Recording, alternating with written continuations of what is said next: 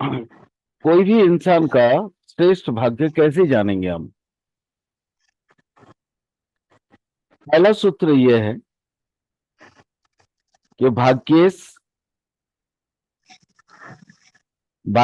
जो भी ग्रह है, वो भाग्य भाव में अगर रह जाता है, यानी ninth Lord in ninth house, और वो नैसर्गिक शुभ ग्रह से युति बनाता हो, या दृष्ट होता हो, या मित्र राशि में हो, या स्वनवांश में हो, तो ऐसे जातक श्रेष्ठ भाग्यवान होते हैं।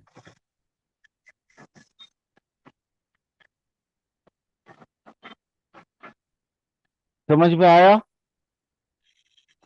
जी। चलिए दूसरा,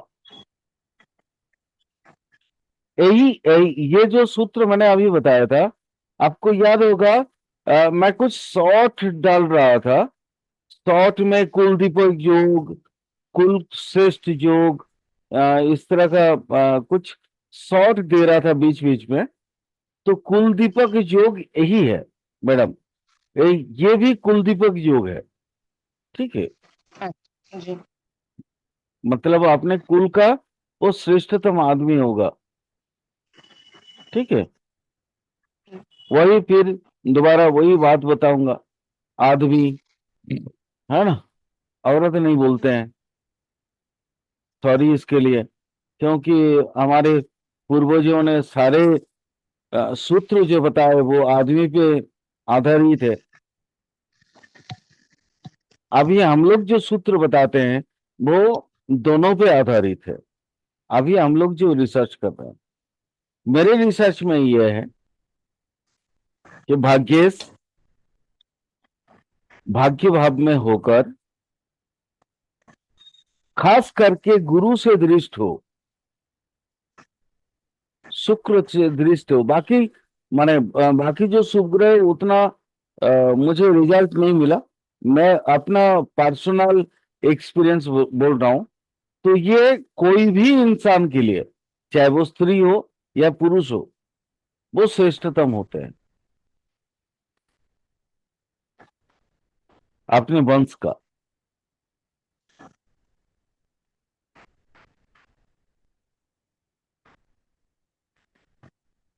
2 नंबर सूत्र लिखे, अगला सूत्र, लग्न भाव, तीसरा भाव और पंचम भाव बलवान हो, और शुभ भावों से, माने सॉरी, शुभ ग्रहों से वो युति बना ले, या शुभ ग्रह से दृष्ट हो जाए। ये तीनों भाव, लगन, तीसरा और पंचम, और भाग्य स्थान में भी, मतलब नाइन्थ हाउस में भी कोई एक ग्रह हो जो बलवान हो, तो ऐसी जातक धनी और बहुत भाग्यवान होता है।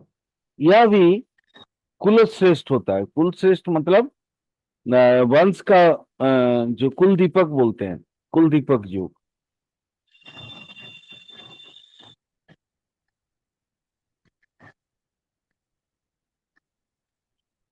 तीसरा,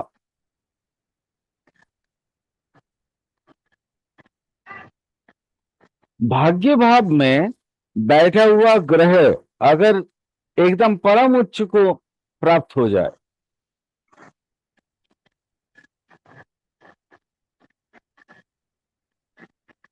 और शुभ ग्रह से युति बना ले, या शुभ ग्रह के द्वारा दृष्ट हो जाए,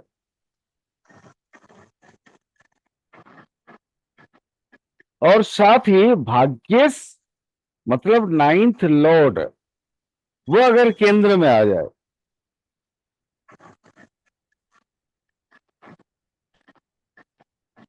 और शुभ ग्रह के वर्ग में आ जाए, तो ऐसे जातक राज तुल्य भाग्यवान, मतलब राजा जैसा, राजा के जैसा भाग्यवान होता है। अब राजा के जो जो पॉजिटिव मतलब ये होगा, क्या बोलते हैं उसको, गुण, जैसे दयालु, पुण्यवान, है ना, वो सारी चीजें आएंगे।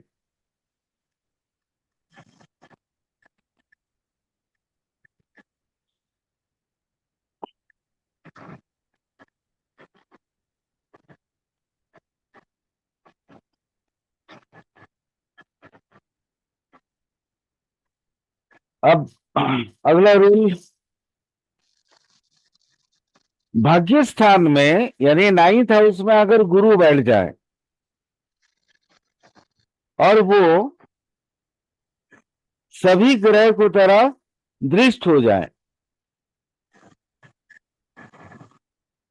या कुछ एक ग्रहों से युति बना ले,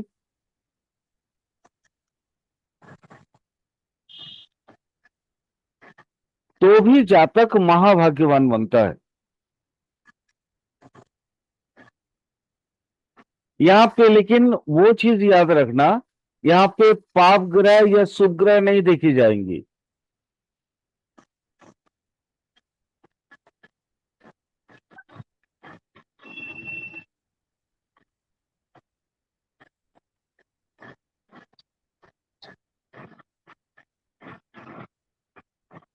वो प्रधानमंत्री भी हो सकता है, हमारे यहाँ का अभी का मतलब राजा बन सकता है, तो अभी के हिसाब से प्रधानमंत्री भी बन सकता है वो।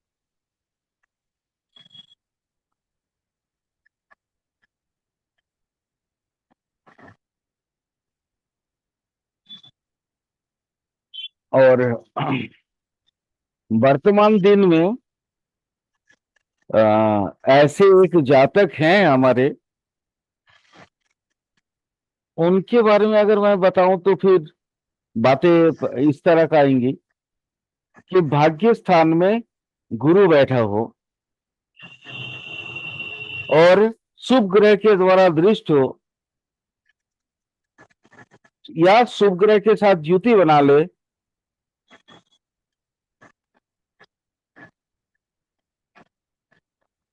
और भाव भावेश जो है वो आइदर नवम या दसम में बैठ जाए, तो ऐसे जातक राजर्षि होते हैं। लाइक वो महाभारत काल, सॉरी, रामायण काल में हमने एक राजर्षि का नाम सुना था, वो उनका नाम था जनक, जो सीता के पिता भी थे। वो राजा भी थे और साथ में ऋषि भी थे, क्योंकि उनको राजपाट से सम्मानित तो किया गया था, बट वो कभी खुद उस राज वैभव को भोगे नहीं। वर्तमान भारत में भी ऐसे व्यक्ति हैं एक, जो राजपाट में तो है बट राजपाट भोगते नहीं है। इनको भी राजर्षि कहा जाता है, कहा जा सकता।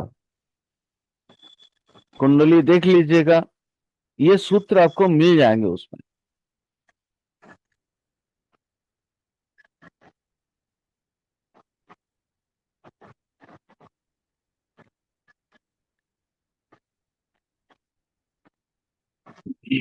अगला सूत्र लिखिए।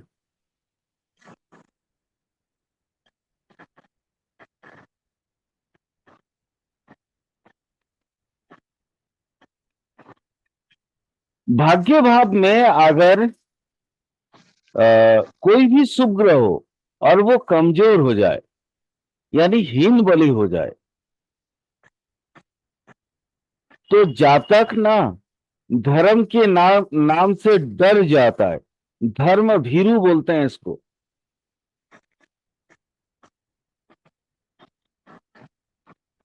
वो धर्म के नाम से डर के कुछ भी अनप शनप काम करता है या जो नहीं चाहिए, उसके उसके पास एक्चुअली लॉजिकल पार्ट की कमी हो जाती है।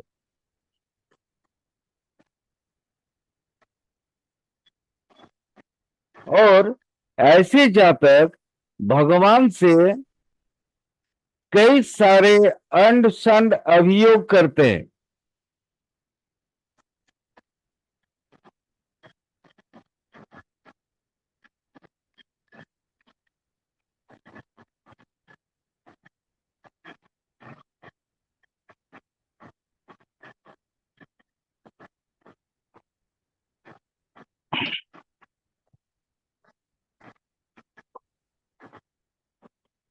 और वो अभियोग तो देता है, मतलब भगवान के अगेंस्ट में खुद के साथ, खुद के और भगवान की दरबार में मुकदमा तो डाल देता है। बट ये आदमी ना बहुत ज्यादा खराब नहीं होता। ये आदमी जो है सज्जन होते हैं, बट वो डरपोक होते हैं। धर्म के नाम से कोई भी इंसान उनसे कुछ भी ठगी कर सकता है।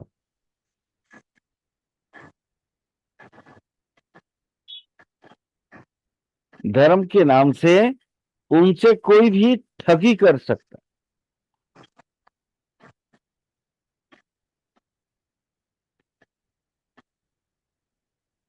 अब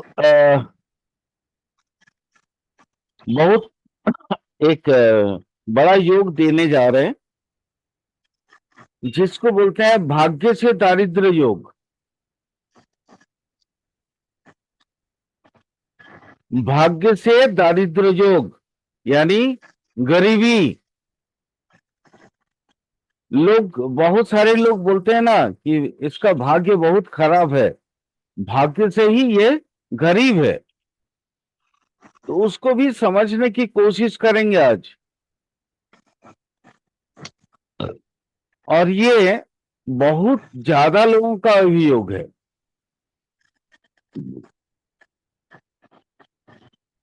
हर कोई बोलते हैं भगवान आपने मेरा भाग्य खराब कर दिया। बहुत से ऐसे लोग। चलिए उनको जानते हैं। सूत्र नंबर 1,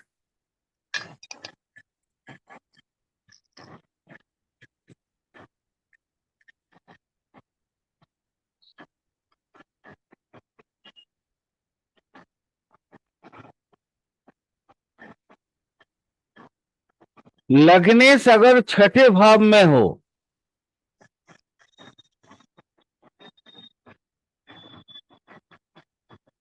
और षष्ठेश लग्न में आ जाए,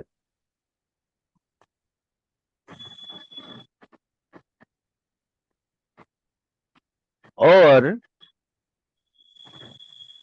नवम का 12, नवम का द्वादशेश, मतलब नवम का द्वादश का मतलब क्या होता है?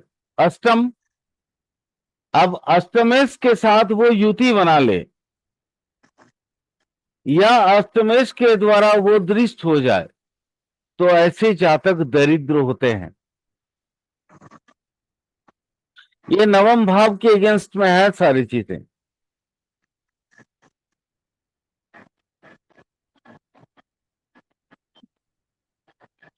फिर से एक बार बता रहे हैं, थोड़ा समझ लीजिएगा। अगर समझ में ना आए, कोई डाउट रहे तो क्वेश्चन पूछ लीजिएगा। लग्नेश छठे भाव में आ जाए और षष्ठेश मतलब सिक्स लॉर्ड वो चला गया लगन में, और वो जो सिक्स लॉर्ड जो लगन में गया, वो आइदर या तो फिर अष्टम का लॉर्ड के साथ, 8 का लॉर्ड के साथ जुति बना ले, या 8 के लॉर्ड के साथ वो दृष्ट हो जाए। एक्चुअली ये नवम का 12 लॉर्ड है। 9th हाउस को आप लगन मान के गिनेंगे तो अष्टम हाउस आपका 12 भाव मिलेगा, और इसीलिए नवम का 12 लॉर्ड बोला गया है इसको। मैं इजी कर दे रहा हूं, वो अष्टम है। तो अष्टम का लड़ से या तो युति बना ले या तो दृष्ट हो जाए, तो ऐसा व्यक्ति दरिद्र बना रहता है।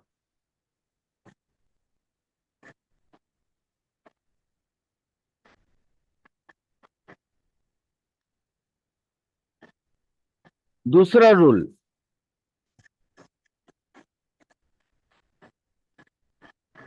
मान लीजिए लग्नेश जो है वो शत्रु के राशि में आ गया,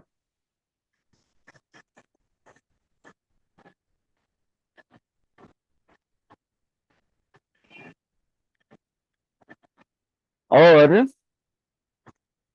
शत्रु के राशि में आ गया और षष्ठेश चला गया लगन में, और वो नवम का द्वादशेश मतलब अष्टमेश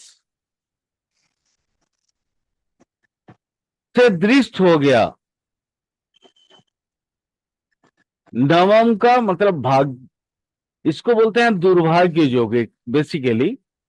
तो वो नवम का जो द्वादशेश होगा वो होगा दुर्भाग्य का काल कारक ग्रह। तो बस यूं समझ लीजिए कि द्वादशेश माने नवम का द्वादशेश के द्वारा दृष्ट हो जाए तो हम बोलेंगे कि अष्टमेश के द्वारा वो दृष्ट हो जाए तो भी यह व्यक्ति या यह जातक दरिद्र होगा।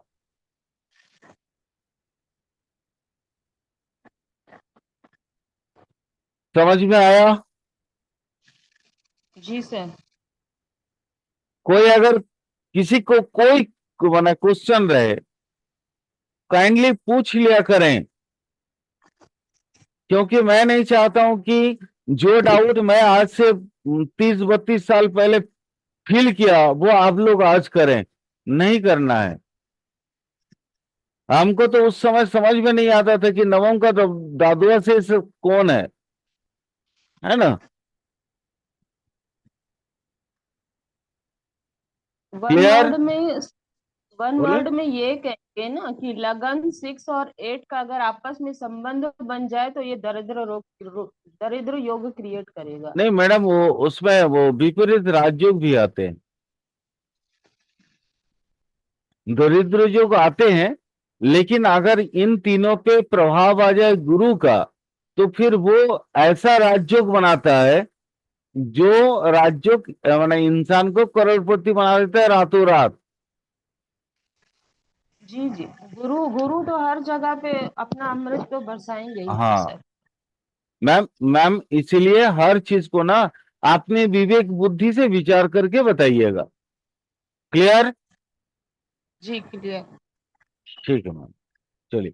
वही अगर शनि से मान लीजिए आपने जो योग बनाया बताया उसमें अगर शनि के द्वारा दृष्ट हो जाए तो क्या होगा? पीड़ा बढ़ जाएगी। अगर मान लीजिए शनि अपने राशि में हो? तो कमी आएगी। नहीं मैम, फिर वहां आपको ये कमी आएगी या पीड़ा बढ़ जाएगी ये बातें नहीं बोलनी है। आपको बोलनी है कि ये जो है ना स्ट्रगल के उपरांत ये करोड़पति बनेगा। किसके उपरांत? स्ट्रगल, स्ट्रगल मतलब संघर्ष के स्ट्रगल उपरांत, मेहनत संघर्ष के संघर्ष के उपरांत। हाँ ठीक मैम, ठीक ठीक। क्योंकि उसको लेबर देना पड़ेगा ना, उसको श्रम देना पड़ेगा। वो परिश्रम ठीक नहीं करेगा तो फिर वो कभी भी जिंदगी में मतलब पैसा का वो चेहरा नहीं देख पाएगा मैम। ठीक। लेकिन अगर वो श्रम देगा तो स्ट्रगल या संघर्ष के बाद वो करोड़पति बन सकता है। आप लोगों को याद होगा एक मूवी आया था, वो कौन सा था वो, अरे गुजरात की प्रेक्षापट में था वो, आपका शाहरुख खान का एक मूवी था जो एकदम छोटा सा काम से स्टार्ट किया था अपने आप को। एग्जैक्टली मुझे याद नहीं है, बट वो मूवी का मतलब कहानी में आपका ये चीज बनता है, वो कहानी याद है मुझे, आपका ये चीजें फिट बैठता है। वहां पे उसके माँ ये कहती है कि बेटा कोई भी काम छोटा नहीं होता, धंधा कभी छोटा नहीं होता। वो लैंग्वेज था वहां पे, वो डायलॉग था वो। मैडम यहाँ पे ये बातें सही लगती हैं शनि के एवज में। और वही अगर मान लीजिए बुध हो जाए तो मैम क्या होगा बोलिए तो?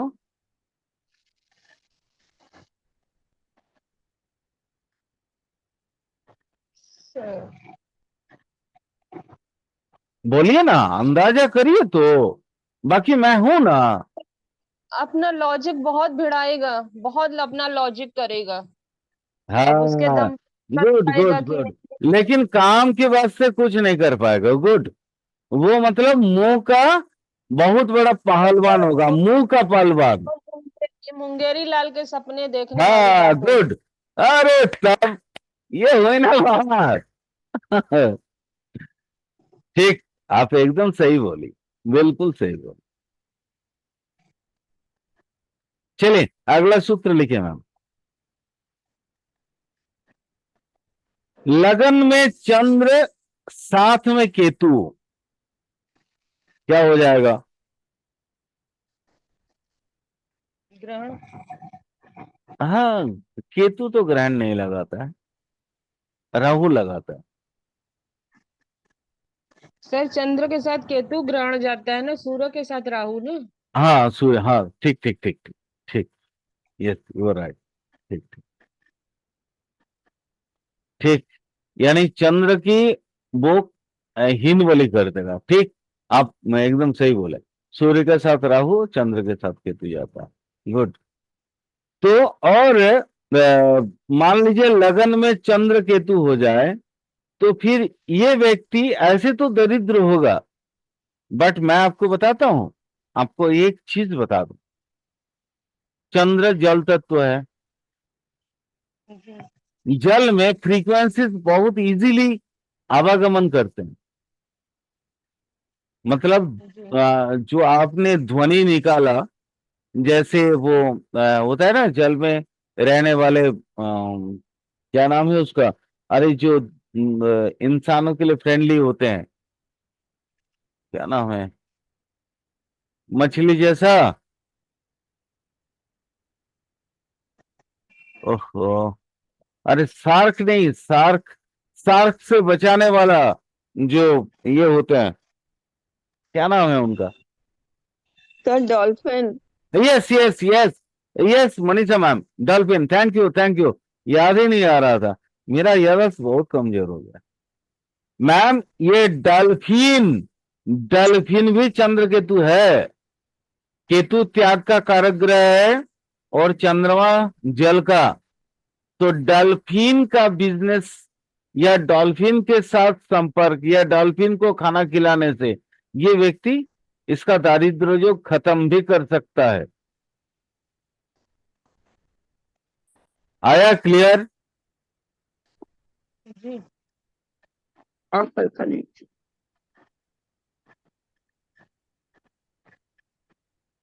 अगला लिखिए।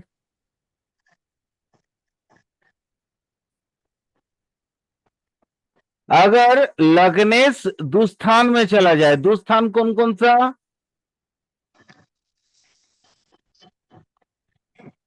सर, 6, 8, 12। हाँ गुड। 6, 8, 12। या मैं बोला कि लग्नेश अगर दुस्थान में चला जाए, या तो पाप के साथ युति बना ले, या पाप ग्रह के द्वारा दृष्ट हो जाए,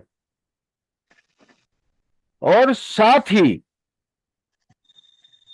लगन में अष्टमेश का दृष्टि मिल जाए या दृष्टि पड़ जाए, तो ऐसे जातक दरिद्र होगा। यहां वही वही मतलब द्वादशेष, नवम से द्वादशेष, सूत्र ये है, नवम से द्वादशेष। क्योंकि हम लोग पढ़ तो रहे हैं ना 9th हाउस। मैं सीधा आसान शब्दों में आप लोगों को समझाने के लिए अष्टमेश बोल दिया। ठीक है।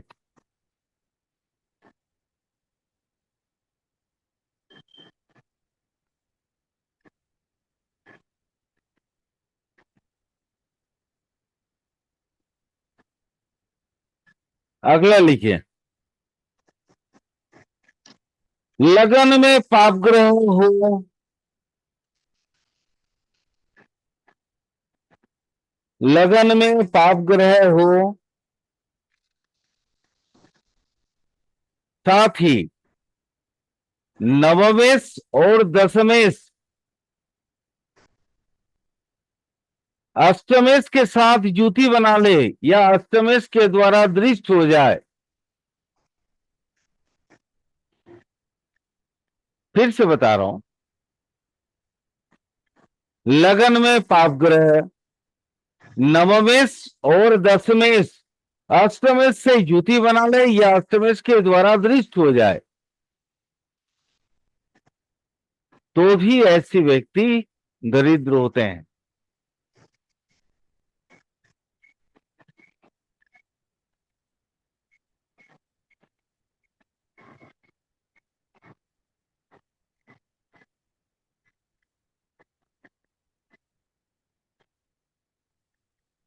अगला सूत्र लिखिए,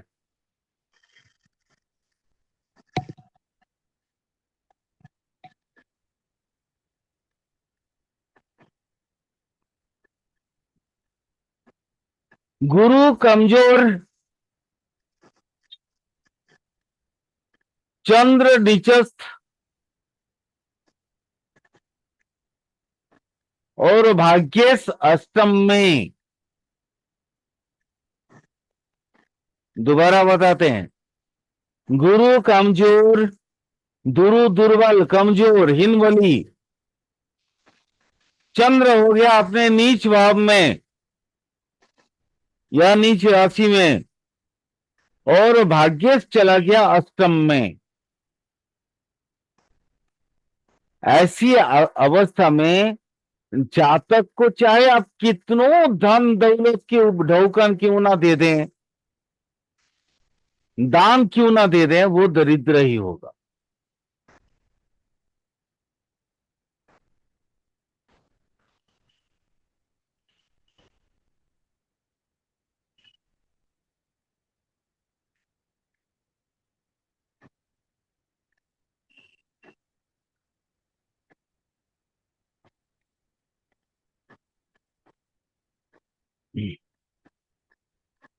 अगला सूत्र लिखिए,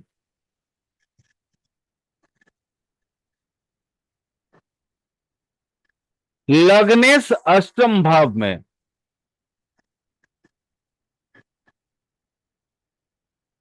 लग्नेश यानी द लॉर्ड ऑफ एसेंडेंट चला गया अष्टम भाव में, 8th हाउस में, और हो गया पाप पीड़ित, यानी पाप ग्रह के द्वारा या तो युति बना ले या तो फिर दृष्ट हो जाए।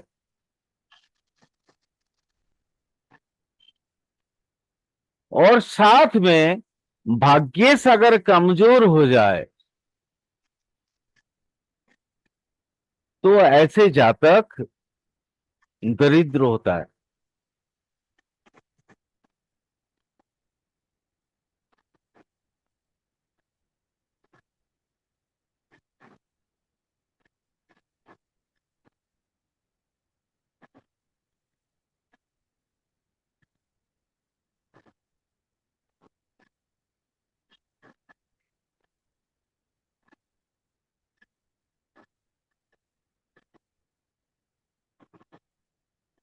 नेक्स्ट रूल,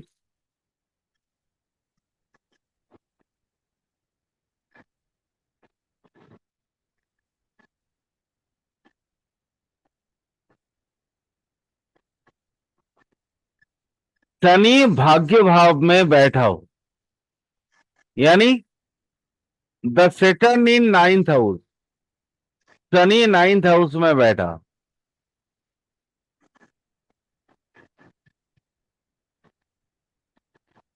साथ ही चंद्र और लग्नेश दोनों नीचस्थ है।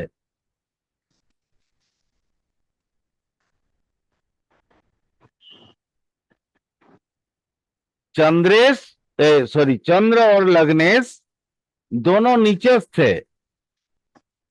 ऐसे अवस्था में ऐसे जातक भिखारी बनता है, भिक्षुक बना हुआ रहे, भिखारी।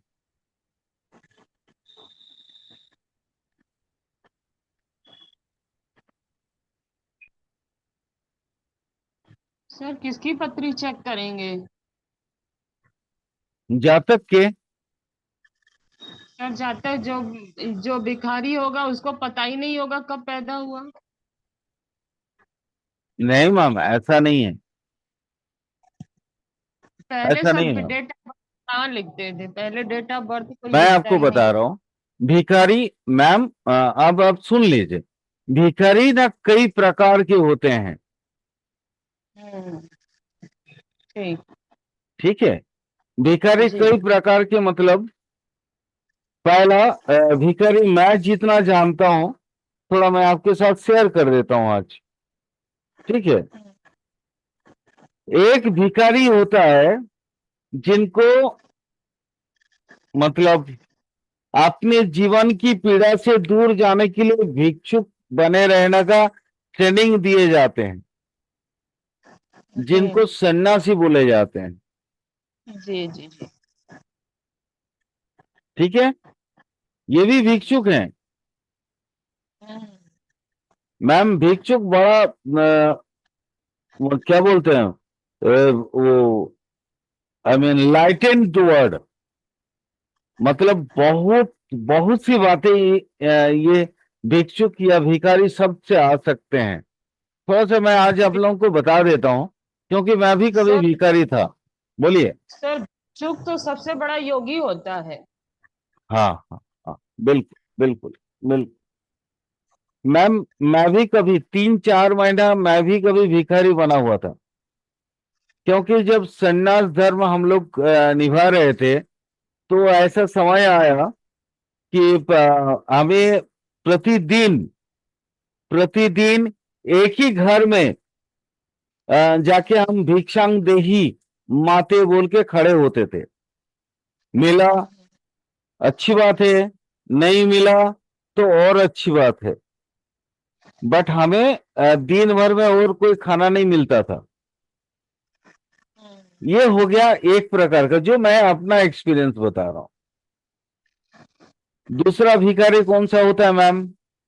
राजा महाराजा हर कोई भिखारी होता है, जी सर। और वो भगवान के चरणों में बैठ के वो मांगते रहता है कि मुझे फलाना दे दो, मुझे ढिकाना दे दो, है ना, मुझे जी करोड़पति बना दो, ये बना दो, वो बना दो। वो भी भिखारी है मैम। ये हो गया दूसरे प्रकार की भिखारी।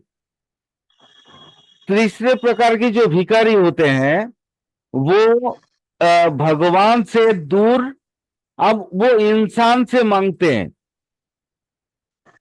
इंसान से। ये भी दो प्रकार के होते हैं।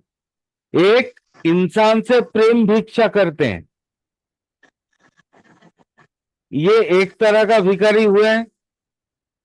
और दूसरे तरह का भिखारी वो हुए जो इंसान से प्रेम तो खैर छोड़िए, पैसा, जैसे ट्रेन बस में आप जाते हैं, दे दे माई 2 पैसा, ये एक भिखारी होता है। बट पहला वाला जो भिखारी है, पहला या दूसरा वाला जो भिखारी की बात मैंने करी आपको, ये कभी भी खुद के लिए नहीं मांगते। इनको जीवन में पर्याप्त चीजें मिली हुई होती है,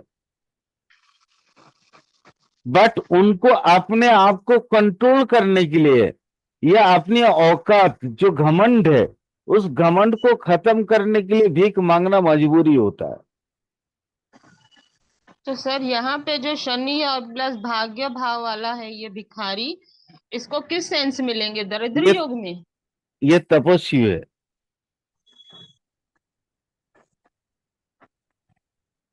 ये दरिद्र तो है मैम, दरिद्र तो है ही है, बट ये तपस्वी योग है। इसमें अगर गुरु और माने गुरु अथवा शुक्र के संयोग हो जाए, तो एक यह आदमी एक ऐसा भिखारी बनेगा